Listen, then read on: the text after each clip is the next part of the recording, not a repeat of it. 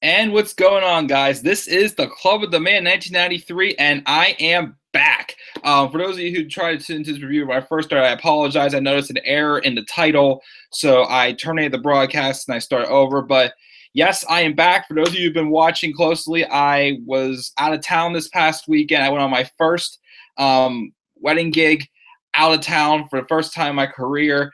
I went down to Alexandria, Virginia, got to shoot some footage in front of the Lincoln Memorial in D.C. I had a blast. I just got back today around 3:30 Pittsburgh time, but I'm back. I got to catch up on Hell in a Cell. I was trying to watch it last night at my hotel, but I only got to watch about an hour and a half, and I was too tired, so I went to bed. And I finished it when I got home this afternoon. Yes, Robbie, hashtag technical difficulties. But yes, I am back, and I am ready to review Hell in a Cell and talk about this show. Overall, Hell in a Cell. So I didn't really go in with the highest expectations. I wasn't sure what to expect from Hell in a Cell.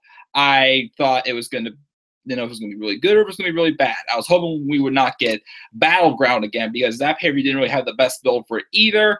But that pay-per-view didn't really have any matches like, New Day and Usos and like Shane and KO inside Hell in a Cell. We were expecting to hopefully be good and capitalize and not be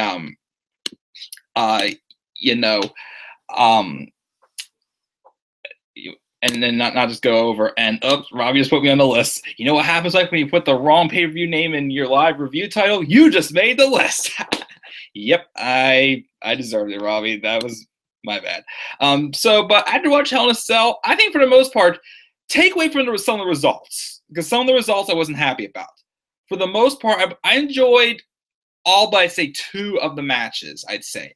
There's two matches I did not enjoy or I was disappointed in. But most of the matches were either satisfying to me despite the results or really good. And we'll get into that. I'm going to try to fly through this review, not talk as long as I have for my past pay-per-view reviews. I do want to catch Raw. It's going to be taking place in T-minus 18 minutes, so I'll probably miss the first few minutes, but whatever. So let's get into the pay-per-view. We start off with a Hell in a Cell. I'm sorry. Wow, I'm way off. We started with a pre-show match. It was the team of Chad Gable and Shelton Benjamin versus the Hype Brothers. I didn't get to watch the match really, but I heard it was all right. It was a decent tag team match on the pre-show. Gable and Benjamin won. I was surprised though that the Hype Brothers didn't do anything. Like there wasn't any more tension being built. It just the match ended and then it went back to the panel apparently. But I really thought we were going to get something involved with the Hype Brothers, like either the whole team turning heel or them splitting up in general. I thought we were going to be getting that, but that did not happen. So maybe we will get something happening on Tuesday, or I don't know, maybe there was just having two shows pass in the sea with this one. Who knows? But either way, I think some does need to have with the Hype Brothers heel turn or split up. I'd rather have the heel turns. I want more teams splitting up. Robbie says he ain't hype. Well, I mean, if the Hype Brothers were heels, how are they still hype? How are we supposed to get excited about them if we're supposed to hate them? But we'll see. But so we get into the main show. We started off with probably the best match of the night. The New Day versus the Usos inside Hell in a Cell. I was very excited for this match, and I think I got my money's worth big time when watching this match. This match was a classic, one of the best matches of the year, possibly the best tag match of the year. I don't know. To me, it's still up between this one and the triple threat match at NXT TakeOver Orlando. Those are two of my top picks for a tag match of the year, I'd say. And this team, here's the thing. Both Hell in a Cell matches displayed something a little bit different. I'll get to talk about it when we get to the main event, but this match itself was mainly what made this match so good was the use of the weapons. And as well as also, the New Day, turning up the intensity, just not being there just pour on a fight. No, this match told a story. These guys' match started, it was Xavier Woods and Big E taking on the Usos, by the way. Kofi was outside the cell watching. And they immediately just go for the kendo sticks and chairs and whatnot. Of course, you know what the New Day has because they have all their colors on their stuff. And these guys just literally just went at each other with the kendo sticks.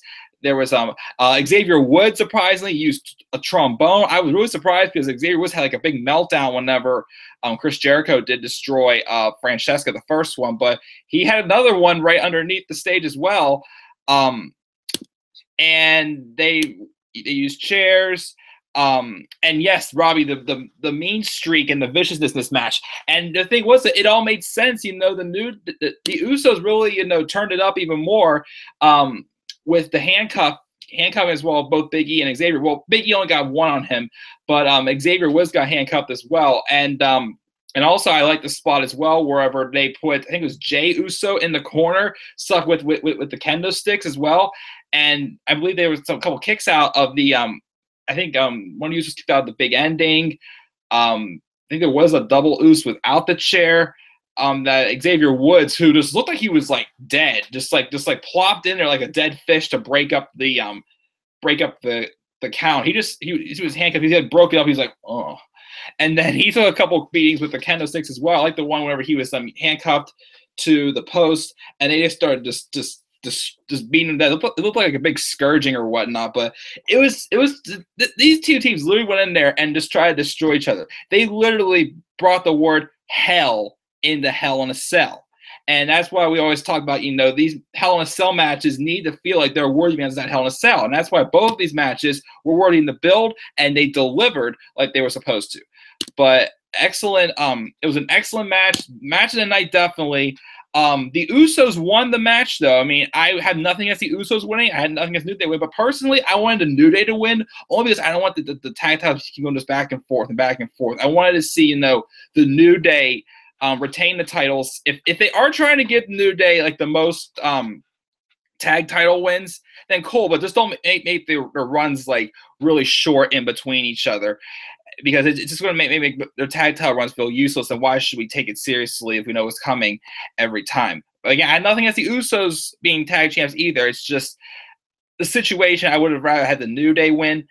But now with the Usos winning, maybe since Survivor Series is next month, I don't know if they're going to be doing a traditional 5-on-5 match like they did last year. I kind of hope not, because I don't want that to be the same thing every single year if we're doing the brand split. But if we're going to be doing that, we're probably not going to be seeing the tag titles defended. We'll probably defend it on SmackDown sometime before Survivor Series. And then for Clash of Champions, I believe in December, maybe we'll see the Usos drop the titles to Chad Gable and Shelton Benjamin. Maybe they'll be ready by then.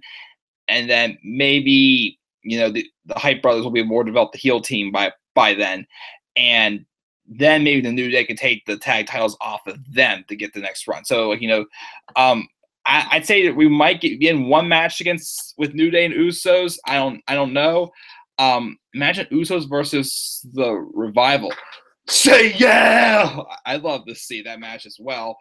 But hopefully the Revival can stay healthy, because they haven't been able to stay healthy this year at all. But yeah, great opening match. I mean, it's a long-term future. But again, if they do have one more match, just keep the belts on the Usos. I don't want to keep the belts going back and forth between these two for months and months, kind of how it was with Sasha and Charlotte, which was still a good feud, but just dragged on a little too long. And personally, I felt it could just culminate here, because isn't Hell in a Cell meant to be a culmination of something? But whatever, it's all right. We'll see. We then had the next match was a match that personally I have not enjoyed this feud at all, and I'll be honest, I'm not happy with the results of the match, but I'll still give them credit. They still had a good match. And that was Randy Orton and Rusev. Again, I don't understand what this feud's been about. It started back before SummerSlam where Rusev wanted more competition. Orton's been coming out of nowhere and just RKOing him left and right, which just kind of got old. It's like every time Orton came out of nowhere, just like made it look so easy. He then beat Rusev, and then Rusev went back home, and he's like, my family was ashamed of me. Comes back, beats Randy Orton in a 9-second match after just super kicking him in the jaw, thanks to a distraction by Aiden English. And he's celebrating like he's just some big hero, which, okay, you won one match, you've lost all the other matches you've done. And that whole Rusev Day segment, that was just flat out garbage. But I did think they had a good match. And I know I've given Randy Orton a lot of crap this year because Orton has been pretty boring this year. Just think he doesn't really care. But this match, it looked like he actually did put some effort into it. Rusev did have him, he tried to give him the accolades sometimes, but Orton slithered out of it. The match did end whenever Orton slithered out the second accolade he tried to get into and hit an RKO on him. Personally, I don't know what's next for Rusev. I mean, I don't know if he's just turning babyface. If you finally just turn babyface now or whatnot. but I don't know if WWE's going to pull the trigger on that. And it's Road Dogg on SmackDown, so I'm not sure we're going to see. So, I mean, I don't know.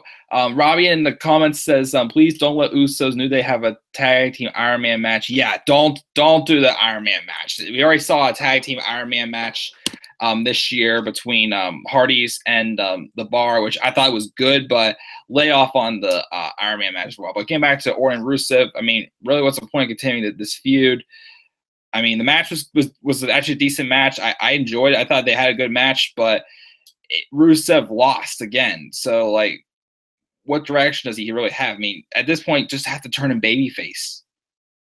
Whatever. But again, good match. Didn't really like the result. Moving on. So then we had what was supposed to be just a one-on-one match for the United States Championship between AJ Styles and Baron Corbin. But then and I was wearing this myself. Ty Dillinger before the show tonight made a case for him to be in the triple threat matches. He did beat Baron Corbin, a number one contender, on SmackDown last week. So he got added, and so I'm like, okay, makes it a little more interesting.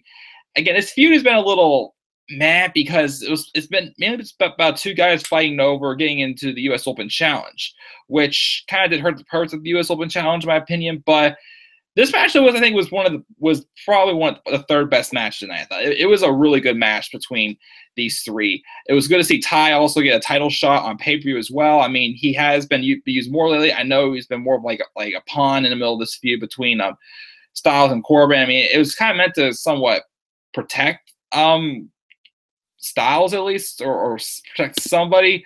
But I do think he has improved a little bit. He's getting better, I felt, in this feud with the U.S. Championship. He's been getting more TV time. He got himself a match on a pay-per-view, not on the pre-show. So I'll give it that. The match was really solid between these three. I mean, it was just another good triple threat match, just taking advantage of the triple threat roles. No one really looked weak coming out of this match, honestly. Even though Ty took the pin, I do like though how the finish was though, because I've been worried about Baron Corbin ever since he dropped the Money in the Bank briefcase, and I thought that this feud was going to make him into just a broken mess. But Corbin still is trying. You can tell as a heel character, he is still trying to do what he's setting out to do, and we're just burying whatever happened with John Cena underneath the rug because that was just flat out awful. But he came to this match. He took out both Styles and Corbin. I mean, Styles and Dillinger pretty well. Dillinger and Styles had good chemistry in this match as well when it was them two. The match did come to an end whenever Styles hit the phenomenal forearm on Ty Dillinger. Was about to get the win, but Mr. Shortcut, Baron Corbin's been calling him, and I was okay with this ending. I mean, because I would rather see Corbin do this than be just a coward, and Corbin is not a coward by far. He came in and viciously attacked AJ Styles, getting him out of the ring quickly, and pinned Dillinger to get the win and become U.S. champion. So, okay, I mean, that's cool. Corbin got the title. I'm glad he got something, not just put into the doghouse. But it did seem like on Talking Smack that AJ Styles did invoke his rematch clause. So will we see the rematch one-on-one? So now Corbin's got to prove that, hey, I can still beat someone one-on-one, whether if it's good heel tactics or not. We'll have to see what happens when he probably faces AJ Styles. And he says, you saw Talking Smack. Corbin said he's not done with Cena. He will get back at him. Yeah, that is true. I just hope the same result does not happen when he comes back, because after what happened, I kind of lost some faith in SmackDown. But we'll see what happens if Cena does go back to SmackDown whenever he does come back, whenever he does, since he's slowly making his way out the door for WWE. But yeah, I'm cool with Baron Corbin winning the title. I think it was a good move to give him a little bit more momentum going, regain his push. Even if it's just in the mid-card teams right now, that's cool. Just don't put him back down with the low-card guys, I'd say. So that was a decent match. We then had a match. It was the SmackDown Women's Championship between Natalya and Charlotte Flair. Well, just Charlotte to me. That's why I just know her by. This match was all right. I didn't hate this match, but it really wasn't it wasn't a match that I'm going to remember years down the line. It wasn't one of the better matches we've really seen between these two. the match started off good, but I feel like it did eventually slow down. There was Charlotte nagging a knee injury. She did that. She was trying to go up and do that moonsault. Story also for this match was just kind of weird. I mean, after watching the promo again, it was just Charlotte coming back after being gone for like 6 weeks to look after her father who's been ill, and then Natalya comes out and just says we're celebrating National Women's or whatever, and we were just celebrating her. And Charlotte wanted to. I feel like it was just the build was going back and forth, like it's about the personal between Natalya and Charlotte about Charlotte's dad, or no, this is Natalya wanted to do this and that. The story was a little off here. As a wrestler, I think Natalya has done all right as a SmackDown Women's Champion, but there needs to be a little bit more of a story here, and this feud's going to continue. The match ended by disqualification when Natalya attacked Charlotte with a steel chair.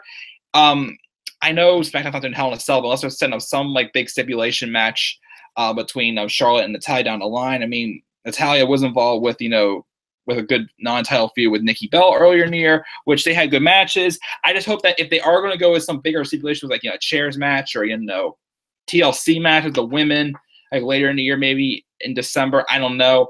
I just hope that they do develop a little bit better storyline going forward. Again, this match, all right, not the worst I saw tonight, but I felt like this build could have been a little bit better, and the story could have been told a little bit better as well. Changing gears real quick, did you notice how Dana Warrior's breast cancer awareness speech on both shows started the same way? Yes, I actually did. I mean, I'm not sure what was up with that. I mean, I'm not sure if they're just trying to promote the same thing on both shows or what. I'm not too sure. We'll see what happens down the line if they keep doing that again. If they do it again this week, since it is, Breast Cancer Awareness Month, I'll take notice of that, see if that happens again as well.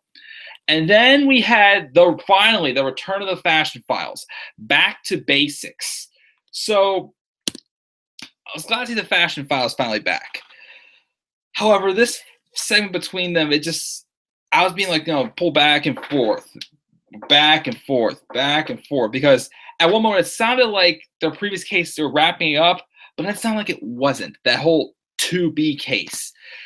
The Ascension came in, the Sky saying, we want to be your friends, and then they just said, pretty much trashed them, and they didn't know the Ascension, they walked out. And then they opened up this other briefcase, starting a new case, this whole pulp thing that was supposed to, be a parody of Pulp Fiction. It's just got me really confused. Like, where are they going with them? Are they just doing random skits now that's going to lead nowhere? I mean, they're entertaining, but it's like they're not leading anywhere. Like, is this whole thing with them who trashed our office still continuing? Is it wrapped up?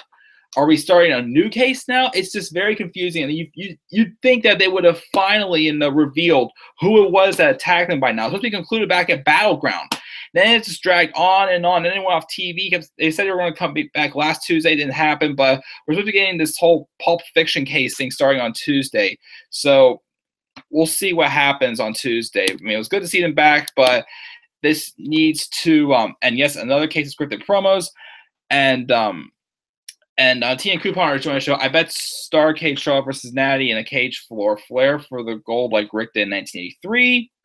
Could be interesting. Yeah, I gotta check that out if it's available on the network as well.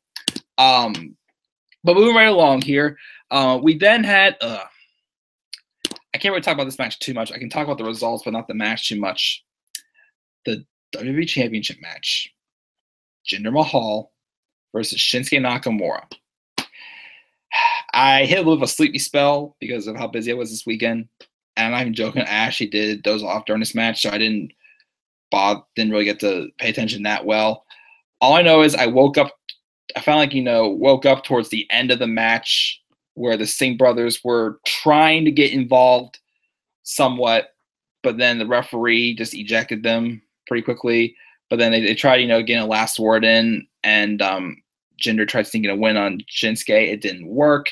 I think Shinsuke did hit a Kinshasa on Jinder. Jinder was able to grab the rope, and then I think Shinsuke went for it again, but he ran his knee into the post, and that's what caused Jinder to hit the Colossus. And for the second pay-per-view in a row, Shinsuke Nakamura lost to Jinder Mahal. Why? I mean, look at it this way. They built up Nakamura to show that he was ready to be champion. He beat John Cena clean. He beat Randy Orton clean. But he can't beat Jinder Mahal clean.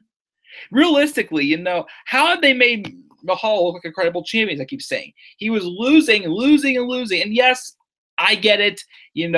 Personally, it would make sense to me if you keep losing, you get help from, your little stable there to win matches. I get it, but to me, it still wasn't cutting it. And then now you go as far as beating Shinsuke Nakamura clean, a guy who beat Randy Orton and John Cena clean, but Jinder couldn't either beat them clean or he lost to them. It just does not make sense. And that's why Jinder's not succeeding. I know they're trying to do this whole thing of, we're trying to promote India. He needs to be champion for his big India tour. Well, it's not working, guys. And it's really hurting the SmackDown product. He's not selling out arenas to be watching him being champion.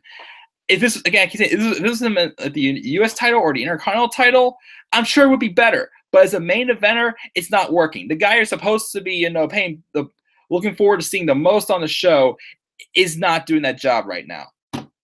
So Jinder retains the title. I don't know what's next for Nakamura. This, of all people, Nakamura has been in WWE for now over a year, including NXT. The only person he lost to before coming up, he lost to Bobby Roode twice and Samoa Joe once.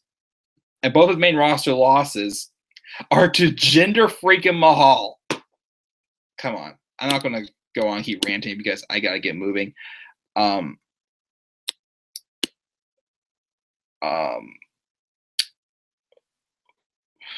Nakamura needs to either go back to NXT or New Japan. If they start going downhill, why not? Just get out because you deserve better. He deserves better than this. I agree completely. But then we move on to didn't even get any better in here. We had this match: Bobby Roode versus Dolph Ziggler. I'm sorry. I mean, the entrance thing with Ziggler coming out with no entrance, that kind of made sense because it was Ziggler pretty much, saying this is all about what's in the ring, not the entrance. So that made sense. But this match is kind of boring. It was slow. It didn't really, have my attention going through it. I just didn't really care too much.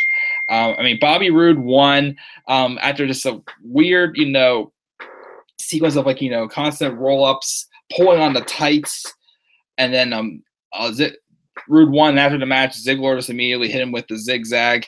So I don't know if this feud is continuing or whatnot. But this match, it was, it didn't really ring the bell for me. It wasn't as good as I thought it would be.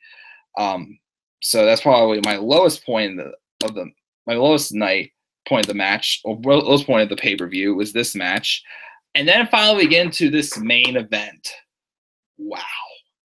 This main event. Well, I still give the nod to the Usos and New Day as the best match of the night, but this one made a solid attempt to it as well, and a possible match of the year candidate as well, I'd say.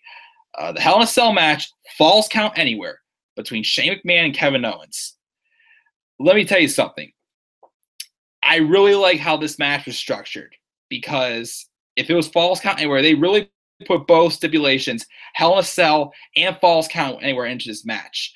And there wasn't as much weapon use, I felt. Well, some, but not as much as New Day and Usos. But this match is more about, the stipulations itself. Hell in a Cell, really using the cell and using the Falls Count stipulation well at all.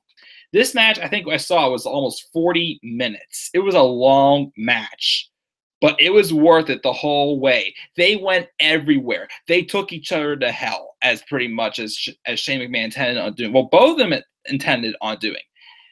And it looked like these two were really about to kill each other.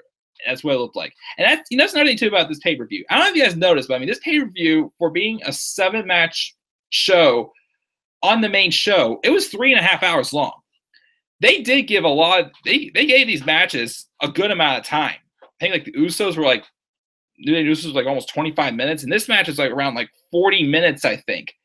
They gave, and then most of their matches were like 10, 15 minutes. They gave everybody a lot of time, but this match in particular was worth it of being as long as it was. I enjoyed every minute of this match. Match started out with Shane coming outside the cell, attacking KO. They would eventually get into the ring. They would fight inside the cell. Again, the use of weapons is mainly just, the coast to coast by Shane with the garbage can. They had Kevin Owens do his which he did it like from off the apron into the table. His cannonball. He did a couple good splashes. He also did like a tried to do a 450 splash, but then Shane did lift his knee up and got Owens in the gut. Again, Kevin Owens also someone who's like, he's bigger. He was with him being a little bit of a bigger guy, I mean, like 6 feet, like 270 pounds. He is still pretty agile though for his size. Let me see here. Starrcade needs to be on the network or USA Network. Rude versus Ziggler is advertised for Starrcade. 2 outlets match were delivered. Yes. Robbie said, I thought Shane Owens was a great match. I just wanted to be a little more brutal and vicious and violent, especially given the build-up. Okay, I mean, I felt like it did kind of hit that point. I mean, I felt like, you could have really capitalized if you would have had like either like a KO throwing Shane off the cell or whatnot. But you saw, it felt like, this match was outside the ring. He was inside the ring. It was outside the cell again and went on top of the cell. It felt like, like whenever they moved on to the next like part of the match, it felt like it was the right time to move on from it. I do remember it started going outside whenever Shane, I think, tried to do the coast to coast on KO. It did not work as KO did. I think KO put his foot on the rope. He eyed up the top of the cell. He came out. He said he wanted the door unlocked. They wouldn't do it, so he took bolt cutters and cut off the chain. And KO came out too. He actually forced him out after hitting him with the garbage can. They fly outside, and then KO was about to do another splash onto Shane, who was onto the table, but he looked up high and he teased going up. He went up to the top. He teased possibly jumping up, but couldn't bring himself to do it. And finally, Shane gets up. He climbs to the top, and they start brawling on the top. I'm thinking, if they try to go for a pinfall up on the top, is the referee going to even try? They did, like back suplexes. They did like a couple neck breakers. Owens did a pop-up powerbomb. I am very surprised that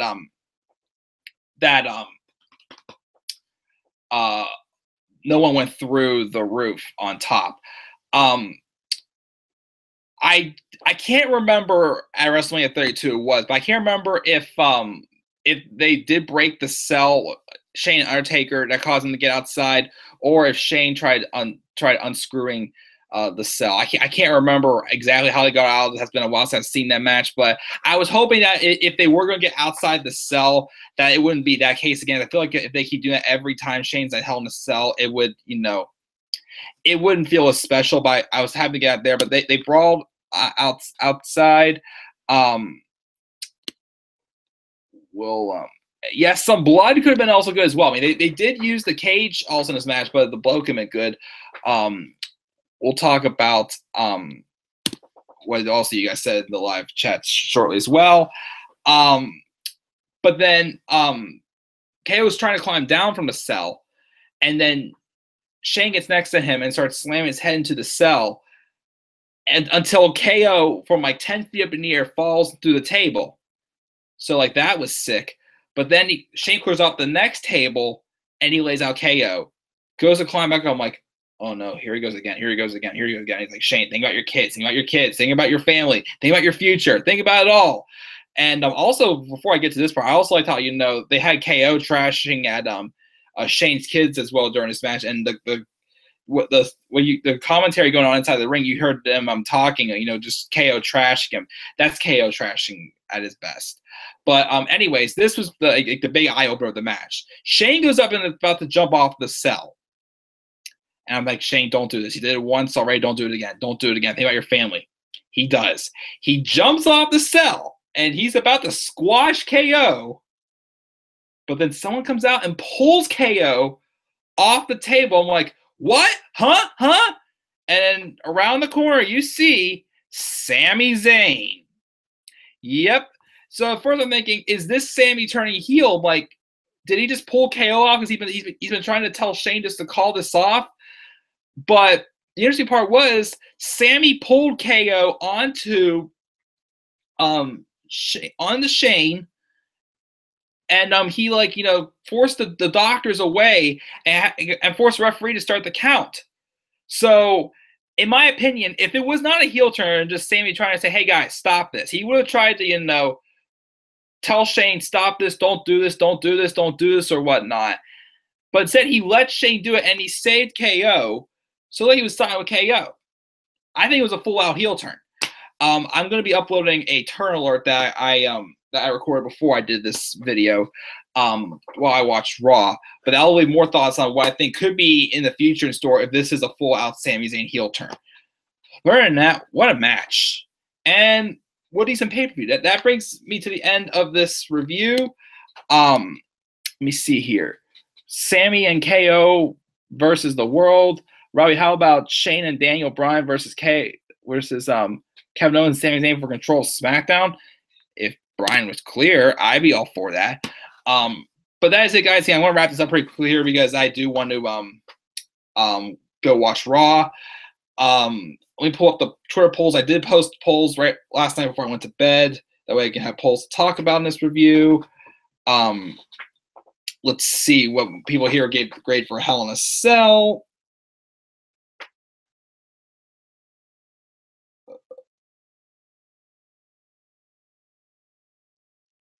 $19 votes. Okay, so we had 19 votes. On what grade do you have Hell in a Cell? 53% said A, 37% said B, 5% said C, and 5% said D. Interesting grades. The A's part. I mean, I don't think it was an A-worthy show because, the Hell in a Cell matches delivered, but the other stuff was either, good, satisfying, or it was kind of flat. Like the Rude and Ziggler match was not really that good. But I'm gonna have to give it a B-. I thought it was a solid show. Again, my expectations weren't too high for it. Wasn't sure what to expect, but I thought what we got was a good show. So I was happy about this show. What were your guys' thoughts on Hell in a Cell? TN Couponer in the live chat said B. Oh, I better get on to Raw. Miz, Cesaro, and Sheamus are talking right now. I better get on to Raw. But yeah, thank you guys for tuning in for a live review. Please, this is going to sound real quick. Please click that like, subscribe for more content to come to this channel. I'll be up here again live after Raw, reviewing Raw. I will upload my turn alert video on Sami Zayn turning heel, and I'll reviewing SmackDown and NXT as well this week. I'll probably do an NXT Takeover War Games printed match card, or Houston, everyone they're calling it now. And then I'll try to get back to my WrestleMania review series this week as well. So thank you guys again for tuning in this live review. Please click that like and subscribe for more content to come to this channel. Please also follow me on Twitter where I'll be tweeting during Raw. Enjoy Raw, guys, and I'll see you guys in just a couple hours to review that.